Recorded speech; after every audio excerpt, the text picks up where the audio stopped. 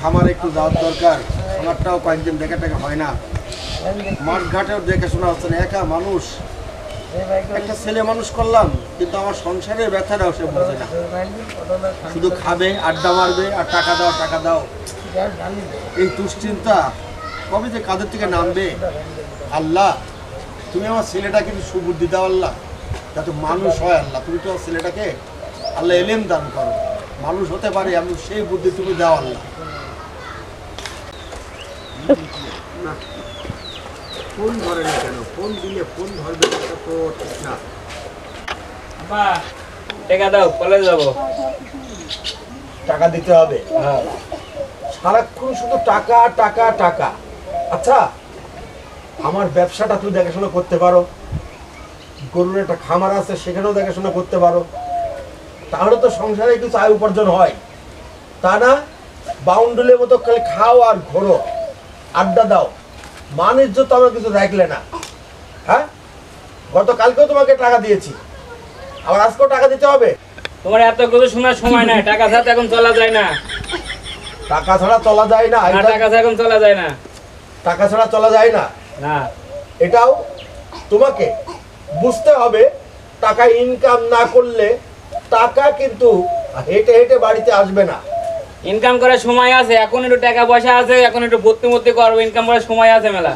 আর বাপের কি এখন টাকা পয়সা কম আছে নাকি? আমার এখন লাইফ ওড়ানোর লাইফ। বাপের টাকা খরচ করবা, টাকা উড়াবা, এটাই তোমার লাইফ, আর কিছু তোমাকে করতে হবে না। সে সময় হলে করবো না। কখন? মৃত্যুর পরে করবা তুমি? হ্যাঁ, দেন তুমি টাকা দাও আগে। নাও এই 50 টাকা নাও। এই 50 টাকা কি হয়? 50 টাকা কিছু হয় না? 50 টাকা কিছুই হয় না। হয়, অনেক কিছু হয়। তুমি যে গাড়িটা চালাচ্ছ, গাড়িতে টাঙ্কি ভর্তি তেল আমি কিনে রেখেছি, তোমার তো তেল কিনা লাগছে না, আর এই 50 টাকা তুমি বাদাম খেয়ে চানাচুর খেয়ে আরামে বাড়ি আসতে পারবা। এখনকার যে সময় 50 টাকা বন্ধনের কিছুই হয় না। তোমার কি কম আছে টাকা পয়সা? আল্লাহ কি কম দিয়েছে? আমার টাকা পয়সা আছে বলেই ইচ্ছা মতো তুমি উড়াবা, তোমার ভবিষ্যতের চিন্তা তো আমাকেই করতে হবে। দাও ওটা দাও। দাও টাকা দাও। আরে আরে দাঁড়া, কথা শোন। আরে বাবা, এই সব টাকা নিয়ে গেলি তো?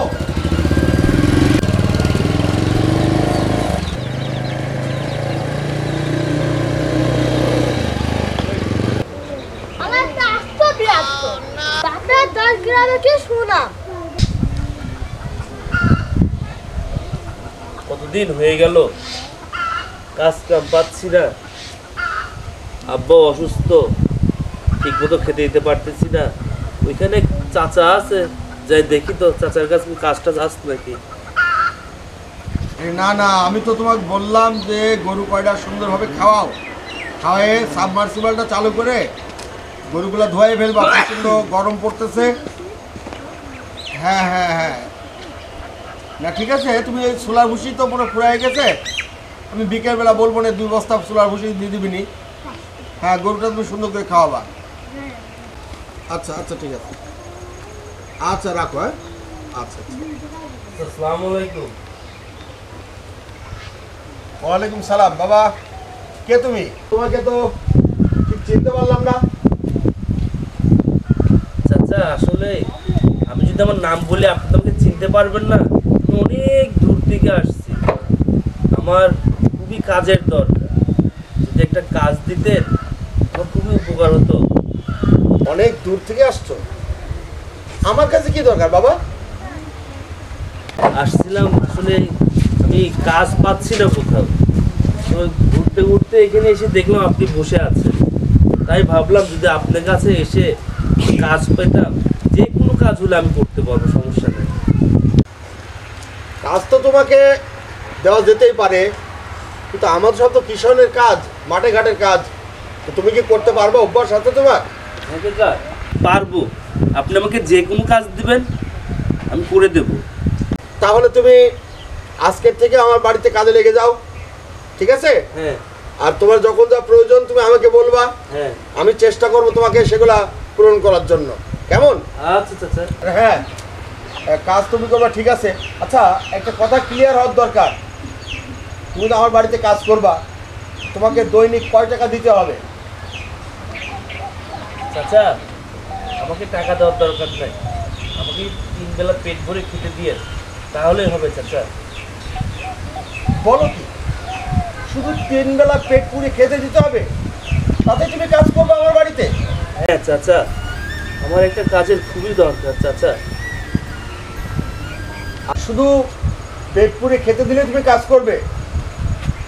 আচ্ছা ঠিক আছে, তুমি কাজ করো, আমি তোমার খাবারের ব্যবস্থা করছি।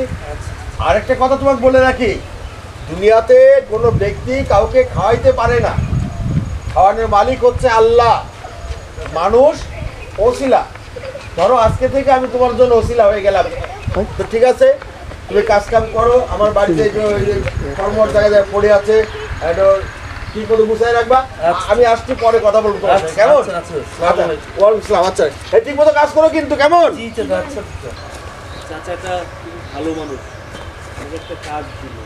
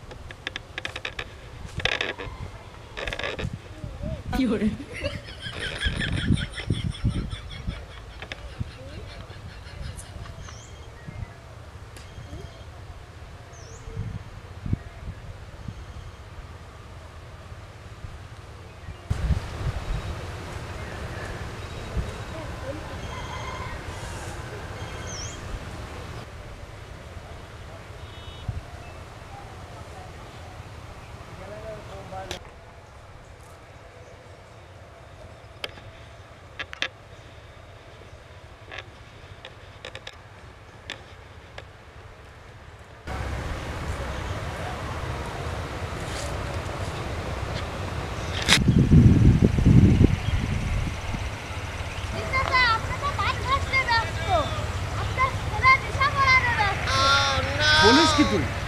আমার ছেলে নেশা করে বেড়াচ্ছে? তুই নিজের চোখে দেখেছিস? সত্য কথা?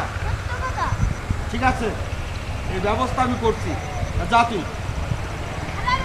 আচ্ছা ঠিক আছে, যা।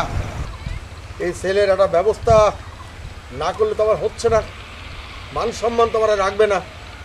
আজকে বাড়ি আসো, এর একটা ব্যবস্থা আমি করবই করব।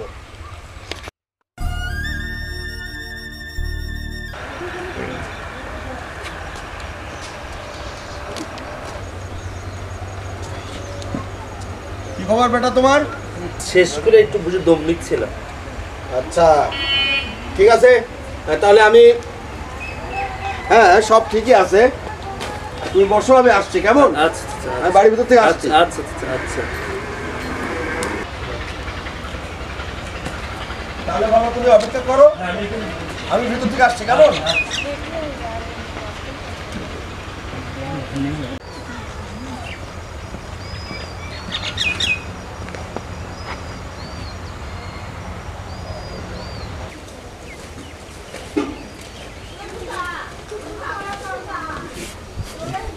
কই বাবা, এ নাও তোমার ভাত নাও।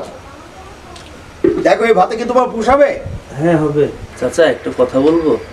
তার আগে বলো, খাবার দিকে তাকিয়ে মুখটা তোমার মলিন হয়ে গেল কেন এত? চাচা যদি কিছু মনে না করেন, আসলে আমার আব্বা খুব অসুস্থ তো। আচ্ছা আচ্ছা। 2-3 দিন ঠিক মতো খেতে যেতে পারতেছি না। আচ্ছা, এই জন্য? যদি আপনি আমার খাবারটা প্যাকেটে দিতেন আমার খুব উপকার হতো। প্যাকেটে খাবার দিতে হবে কেন বাবা? তাহলে আমরা 2 বাপ বেটা মিলে খেতাম খাবারটা। আচ্ছা ঠিক আছে, শোনো, তোমার চিন্তা নাই, তোমার আব্বার জন্য খাবার নিতে হয়, আমি তোমাকে আলাদা খাবার দেবো, তুমি নিয়ে যাবো। সমস্যা নেই, আমার এটা দিলেই আমরা দুজন খেতে পারবো। এটা দিলে হবে? এটা দিলে হবে।